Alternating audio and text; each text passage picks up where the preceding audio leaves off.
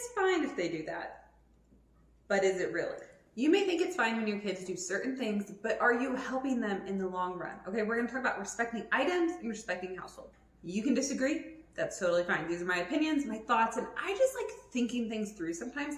Why do we feel the way we feel? Why do we parent the way we parent? So what we're gonna talk about today is like things that are fine or not fine in our home. This would be things like coloring on the walls, scratching up the kitchen table. You might not care if they jump on the couch or jump on their bed, but what about when you go to somebody else's home? If your kids act this way, are you gonna be embarrassed? Are they gonna be like unwelcome at this person's house again? All right, so let's help our children and let's talk about how we wanna raise them. I feel very strongly that our home is our teaching ground, okay? I don't think very often it's helpful to have separate rules. Kids have to learn this. An example, sometimes when a park is empty, I let them climb up the slide. If the park is busy, we go down the slide, okay? If they're old enough to comprehend that, great. If they're not, then we just don't climb up the slide. So, example, I have a story. The other day, one of my kids was using their fork at the kitchen table to like pierce, I think it was macaroni, we'll just say it was macaroni. And it had fallen off the plate. They were piercing the table, like trying to get the macaroni on the table. And my husband went to correct them and was like, oh, we don't do that. That'll scratch up the table. I had a moment in my brain, I didn't say it out loud, but I paused. And I was like, does it matter? Did he need to get on them? And my first thought was, no, because this table's already pretty scratched up, to be honest. And that's from when they were itty bitty and just, you know, mistakes happened. We're gonna get a new table at some point. But then it also clicked in my brain, okay, well, if we don't correct them now, what happens if we get a new table and they do it to the new table? Just because they turn 4 or 5 or 6 or you get a new table, it doesn't mean they just learned not to do something. You have to teach them, all right? It's our responsibility as parents to teach them these things. Also, maybe my table's scratched up. Maybe it looks like garbage at this point. But what about when we go to auntie's house or a friend's house and they do that to their table? And it's like, oh, don't scratch their table. And they're like, oh my gosh, like at home it's fine. It's not a big deal. Like you don't yell at me. Consistency. Kids thrive on consistency. Okay, so it may seem like something that's not worth picking the battle or correcting them, but I think sometimes it is worth it, okay? And it goes again to that deeper reason of why. And consistency for me would be the reason why in that situation. So when it comes to these everyday practical habits, routines, consistency, and the everyday is what creates your children, okay? It's not one time of telling them something new or being in a different place and explaining to them. It's the everyday, it's the repetition. Repetition matters with kids. Now, when it comes to respecting our home and our spaces, I also want to talk about respecting individual items.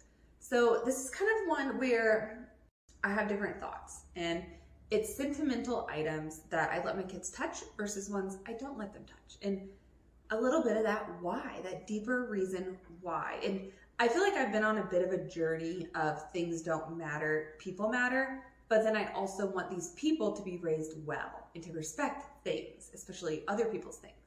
So it's this back and forth game of caring about things and caring about people. All right, so my first item I want to talk about is a sentimental item to me. It is a rolling pin that I got from my grandpa. He passed away when I believe I was about 8 years old, and I inherited a rolling pin. I use this rolling pin, okay?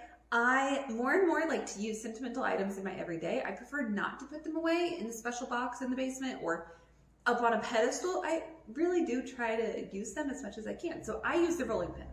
Now, I only let my children use it if I'm like literally hands on, because I don't want it to roll off the table or the counter and hit the ground. It would make me sad. And if there's a sentimental item that you're sad to see break, you probably shouldn't let your kids play with it without like really tight supervision. Now, if you're okay with it getting broken, that's different. I have another item from my other grandpa, and something that I asked for when he passed away, which I was more like 30. I believe I was 30 when my other grandpa passed away. So when he passed away, he used to always like slick his hair over. He always dyed his hair black, and he always had a comb in his pocket. And so I asked if I could have one of his combs. So I inherited this blue comb that was my grandpa's. Now, I do actually use this. We, of course, washed it up when I first got it, and I use it to like part my girl's hair. And I am okay if this does happen to get broken at some point. And part of that is because if I think about these items, they kind of might have a different meaning in the sense that they're both special to me. They both mean a lot, but I want to use them. But also, say when I pass away, I've started thinking about that, and maybe that's morbid of me. When I pass away, I feel like the rolling pin could get passed down. And it's more likely to have that story behind it of like, this was your great grandpa's, or this was made by your great grandpa. Versus a blue comb, I feel like my kids would be like, yeah, I think it's just like a comb, I don't know. And it could more easily get broken or lost, or just, it doesn't have that same generational passing down to it. So we use the comb, and I'm happy to say we use it. And I'm proud of myself because this little blue comb could be sitting in my basement in a memory box. And well, if that happens, one day I die, my kids go through all this stuff, and it might get pitched. Versus I get to use it when I do my girls' hair. And it's like a little reminder to like think of my grandpa. And I think that's cool. I think that's special in my day-to-day life. And the rolling pin, I've been cooking more and more from scratch and using it more and more. And so I do let my kids touch both these items, the rolling pin with really good adult supervision.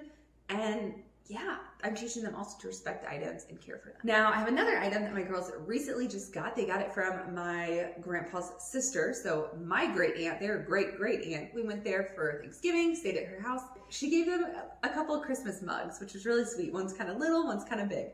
These are real mugs, like porcelain, ceramic, whatever you call them. If they drop them, I told my girls they will probably break. And if they break, they are going to go in the trash. But I'm letting my girls use them. These mugs actually aren't sentimental. They're completely random. She was just like, here, you want some mugs? So if they break, not the end of the world. And also it's teaching them to care for items, and it's teaching them when they do possibly drop them and break them, of the consequences of our actions as well, okay? Obviously, if you're not comfortable with your kids using a glass that could break, that's your parenting business, okay? This is just mine, and I do have eyes on my kids. They stay in the kitchen. We don't carry cups around the house, so they're at least in a designated area. They use these cups simply for water, and they're loving them. So it's interesting to let your kids come in contact with different things in your home and how you're going to react and respond to them. Now, one last sentimental item I will mention is baby books. I have baby books for my girls, and they don't really get to play with them or touch them at this point. I just can't. That's one of those where they are in the memory box, and they are down in the basement, and they're kept safe, and I will give them to them probably when they have their first kid. And that's okay. If they want to look through them with an adult, they can, but it's just not something they get to play with and touch all the time. All right. It is this dance of including kids in things, but also not wanting kids to damage things, and teaching kids to respect things, but also maybe wanting them to be safe for my own selfish reasons. All right. So what are you teaching your kids as far as respecting your home and your spaces, like the kitchen table, coloring on the walls, and individual items, whether it's sentimental or whether it's just simply their toys? All right, I think it's interesting to take a deeper dive into why you care about things and why you don't, which battles you pick and which battles you choose to skip. So I think the big idea here is that respect is a habit, and I think we can teach that through consistency and repetition. And with this and with your children, you definitely don't be strict on them or anything like that. You just need to be intentional and have intentional thoughts behind what you care about and what you choose to encourage them to care about. If you like this video, I have some other parenting and parenting tip type videos on this channel. Go check them out. Until then, I hope you have a great day.